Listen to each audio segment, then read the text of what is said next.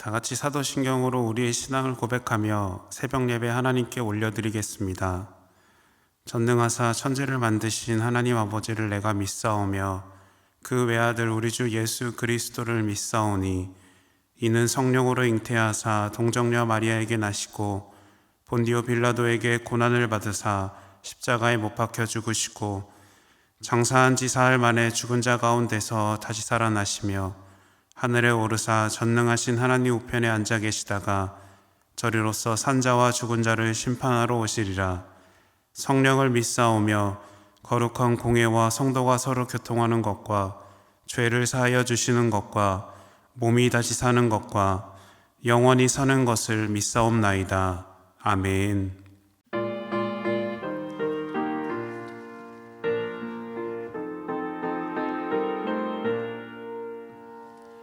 빈들의 마른 불같이 시들은 나의 영혼 주님의 약속한 성령 간절히 기다리네 가물어 메마른 땅에 단비를 내리시네 성령의 단비를 새 생명 주옵소서 반가운 미소리 들려 산천이 춤을 추네 봄비로 내리는 성령 내게도 주옵소서 가물어 메마른 땅에 단비를 내리시네 성령의 단비를 부어 새 생명 주옵소서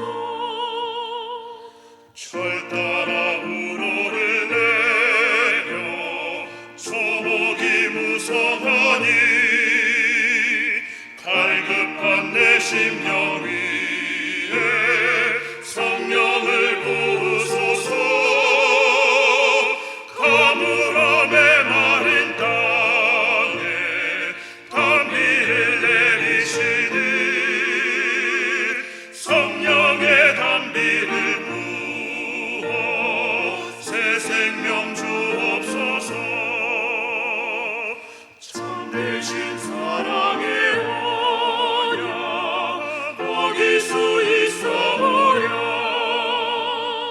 오늘의 흡족한 은혜 주실 줄 믿습니다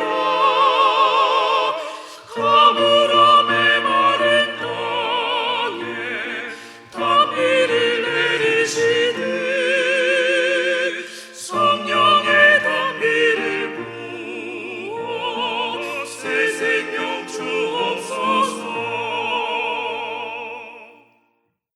오늘 우리에게 주시는 말씀은 잠언 3장 11절에서 35절까지의 말씀입니다. 내 아들아 여호와의 징계를 경히 여기지 말라.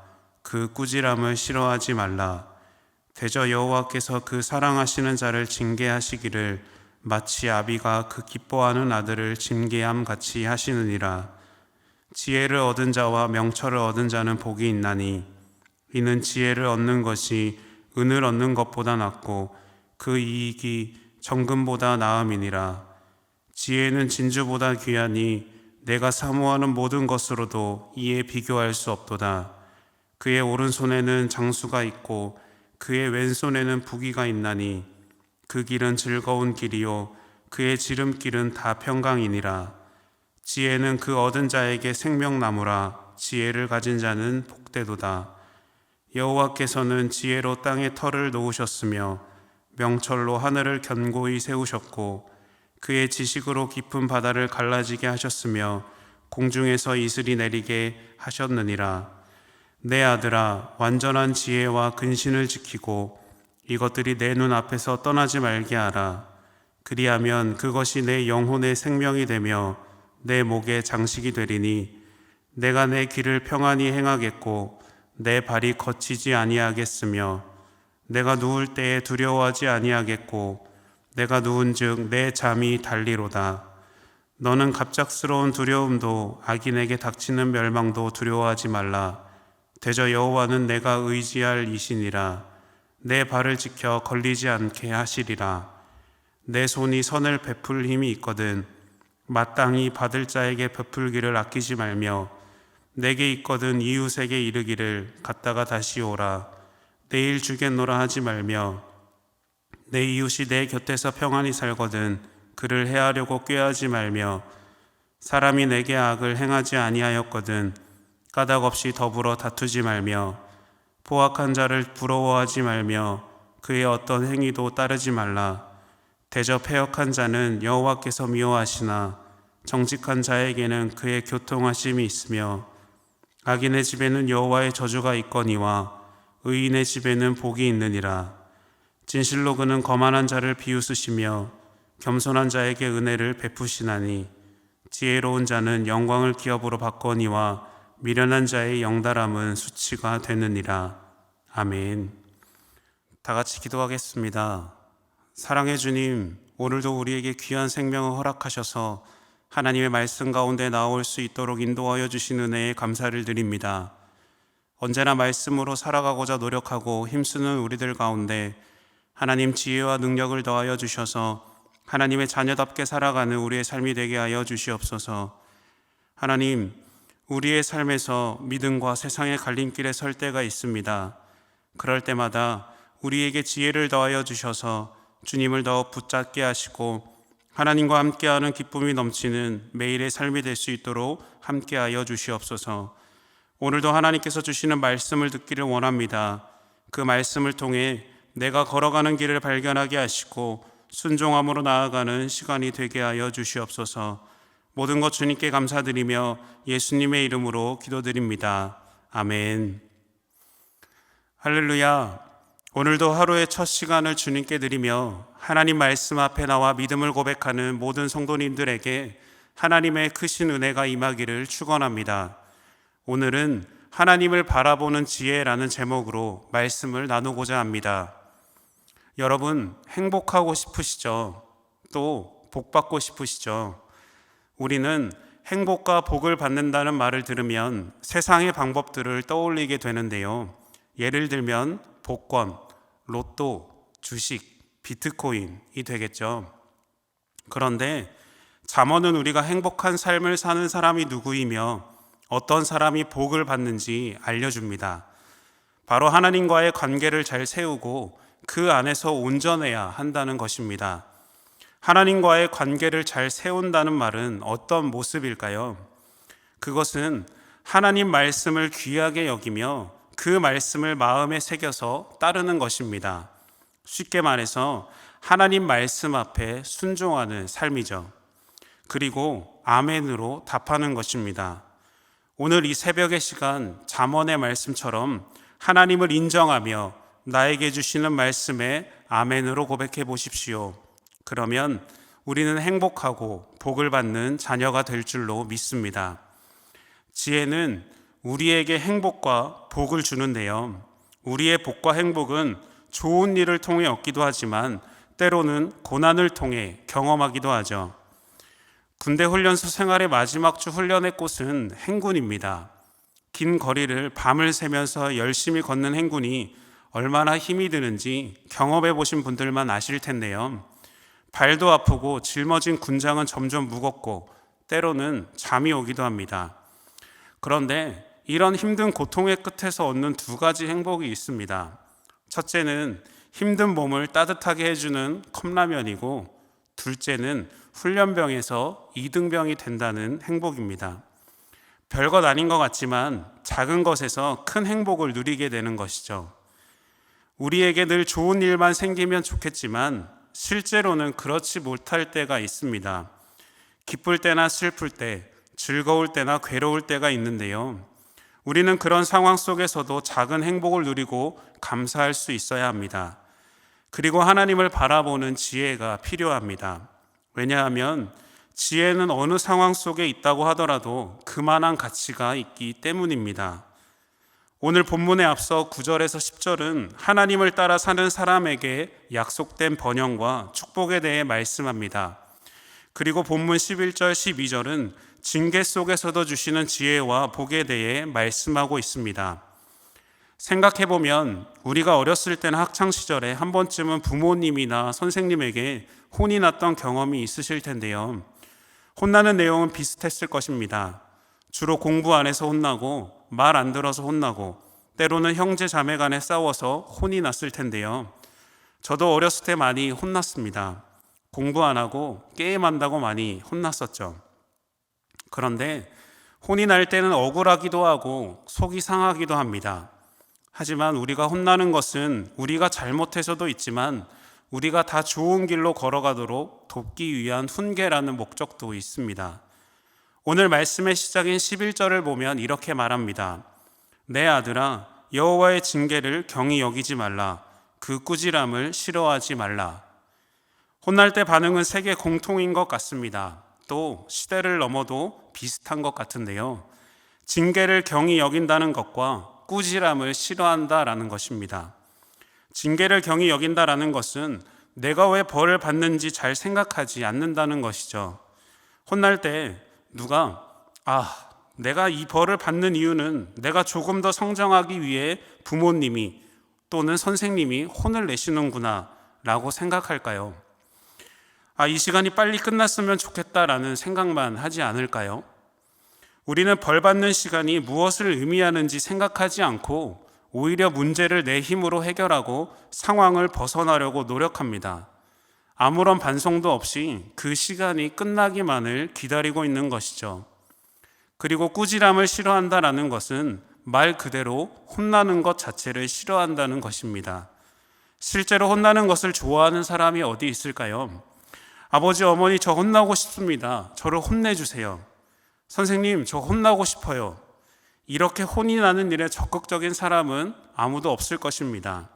그런데요, 오늘 말씀은 왜 우리에게 징계와 꾸지람에 대해서 말하고 있을까요? 본문 12절 말씀입니다. 대저 여호와께서 그 사랑하시는 자를 징계하시기를 마치 아비가 그 기뻐하는 아들을 징계한 같이 하시느니라. 우리가 징계와 꾸지람을 받는다는 것은 사랑이라는 바탕이 있어야 합니다. 다시 말해서 하나님도 우리를 자녀와 같이 사랑한다는 바탕이 있기 때문에 징계와 꾸지람을 주시는 것입니다. 사랑이 없으면 징계도 없습니다. 왜냐하면 징계를 받는 사람보다 징계를 하는 사람이 더 힘들고 아프기 때문입니다. 옛날에 TV를 보면 부모님이 자녀들에게 회초리를 드는 장면이 가끔 있었습니다. 자녀가 눈물을 흘리며 잘못했다고 말해도 부모님은 매를 들죠. 그리고 장면이 바뀌는데 어느 장면이 나올지 다 예상이 되시죠? 자녀가 엎드려 훌쩍이며 잠을 자고 있고 부모님이 눈물을 삼키며 약을 발라주는 장면입니다.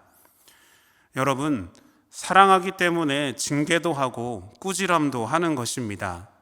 욥기 5장 17절 말씀입니다. 볼지어다 하나님께 징계받는 자에게는 복이 있나니 그런즉 너는 전능자의 징계를 업신여기지 말지니라. 내가 경험하는 징계와 꾸지람은 하나님의 사랑입니다. 우리나라 속담 중에 도둑이 제발 저리다는 말이 있는데요. 여러분이 징계를 받을 만한 잘못을 저질렀는데 아무런 징계가 없다면, 또 꾸지람을 들을 만한 상황인데 아무런 꾸지람이 없다면 우리는 긴장해야 합니다. 왜냐하면 우리는 이미 죄인이기에 하나님 앞에 당당할 수 없는 사람들인데, 죄를 지었는데 징계도 없고 꾸지람도 없으면 더 불안하고 초조하지 않을까요? 차라리 하나님께서 뭐라고 말씀이라도 해주시거나 혼이 나는 것이 마음이 편할 수도 있을 텐데 말이죠. 우리의 삶의 모습은 어떤가요? 우리는 조그만 어려움을 만나면 이런 생각을 합니다. 내가 무슨 잘못을 했다고 이런 어려움을 주실까? 하나님은 나를 사랑하지 않으신가 봐. 오히려 하나님을 원망하고 불평하고 불만을 가집니다. 그동안 나에게 주신 은혜는 기억도 못하고 말이죠. 그런데 우리는 기억해야 합니다. 우리가 경험하는 징계는 곧 하나님의 사랑이라는 것을요. 그리고 우리가 듣는 꾸지람은 곧 하나님의 축복이라는 것을 기억해야 합니다. 우리가 징계를 경험할수록, 꾸지람을 들을수록 하나님을 더 가까이 하고 하나님 곁에서 흔들리지 않는 믿음의 삶을 살아가는 우리가 되기를 축원합니다. 계속해서 잠언은 하나님의 지혜를 강조하면서 지혜에서 떠나지 말고 가까이 하라고 말씀합니다. 지혜를 아는 것이 행복이며 하나님이 어떤 분인지 깨닫게 해주기 때문입니다. 그리고 우리를 향한 분명한 계획이 있다고 말씀합니다. 그래서 우리는 지혜를 가까이 해야 하는데요. 본문 21절 말씀입니다. 내 아들아, 완전한 지혜와 근신을 지키고 이것들이 내 눈앞에서 떠나지 말게 하라.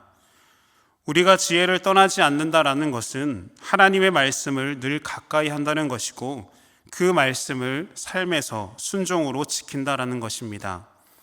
하나님을 우리 마음의 중심에 두고 그분의 삶을 본받아 살 때 우리는 지혜를 가진 축복의 자녀로 살아간다라는 것입니다. 축복의 자녀에게는 선물이 있습니다. 영혼이 생명이 되고 그리고 밤중에도 잠잘 때도 보호해 주시며 평안함을 누립니다. 그리고 하나님 보호 아래 있습니다. 이 모든 축복을 누릴 때 우리의 걱정 근심이 사라지고 두려움이 사라져서 단잠을 잘 수 있는 것입니다. 복잡하고 어지러운 세상에서 잠을 이루지 못하고 걱정과 근심으로 밤을 새는 사람들이 늘어난다고 합니다. 제가 가입한 인터넷 카페가 있는데요. 여러 글 중에 새벽 3시나 4시쯤에 지금 안 주무시는 분들 뭐 하세요? 라는 글이 올라옵니다. 그럼 몇 사람이 댓글을 달 것 같으신가요? 적어도 10명에서 20명은 일어나 있습니다. 겨우 잠들었는데 깼어요. 잠이 안 와서 핸드폰 해요. 이런 댓글이 달립니다. 저는 다행히 잠을 잘 자는 축복을 누립니다. 여러분도 축복을 누리고 계신가요? 잠을 잘 잘 수 있다는 것 자체가 우리에게는 큰 선물이라는 것을 기억해야 합니다. 우리가 평안히 잠을 잔다는 것은 하나님이 우리 가운데 계신다라는 것을 의미하기 때문입니다.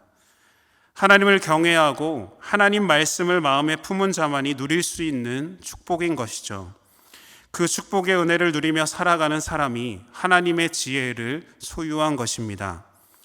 하나님의 지혜를 누리며 축복의 삶을 살아가는 여러분과 제가 되기를 소망합니다.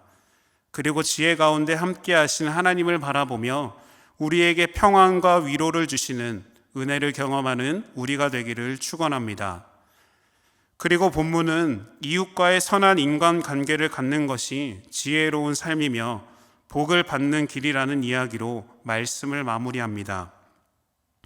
이웃과의 관계를 바르게 하는 삶이 지혜로운 삶이며 그 속에 하나님의 복이 임한다고 말하는데요. 마땅히 베풀라, 함께 기뻐하는 넉넉한 마음을 가지라, 시기심을 줄이고 다른 사람의 잘됨을 부러워하지 말라, 이렇게 말합니다. 옛날에 제가 살았던 동네는 이웃과의 담이 낮았습니다. 모여서 음식도 같이 먹고 나누었고 기쁜 일이나 슬픈 일이 있으면 서로 나누고 서로 돕고 의지했습니다. 그런데 지금은 동네가 바뀌고 담이 높아져서 옛날만큼의 관계를 갖기 쉽지 않은 것을 느끼는데요. 여러분과 이웃과의 담은 얼마나 되시나요? 하나님은 이런 상황 속에서도 이웃과 선한 인간관계를 가지라고 하십니다. 이리저리 계산하지 말고 나의 이익을 생각하지 말고 나의 것을 나누라고 말씀합니다. 이웃을 사랑하고 부러워하지 말라고 말씀합니다. 그것이 지혜로운 사람이기 때문입니다.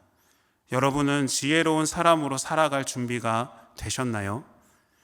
오늘 우리는 본문의 말씀을 통해 우리가 경험할 수 있는 행복한 삶, 복을 받는 삶이 무엇인지 보게 되었습니다. 또 어떤 지혜를 구해야 하는지도 알게 되었습니다. 우리에게 필요한 것은 하나님과의 관계를 먼저 세우고 말씀에 순종하는 삶을 살아가는 것인데요. 우리가 하나님을 바라볼 때 참된 평안과 지혜의 삶을 누리게 될 줄로 믿습니다. 여러분, 늘 말씀을 붙잡으십시오. 그리고 하나님을 바라보십시오. 그리고 지혜를 구하십시오. 그 삶을 살아갈 때 우리에게 부어주시는 하나님의 축복을 누리게 될 줄로 믿습니다.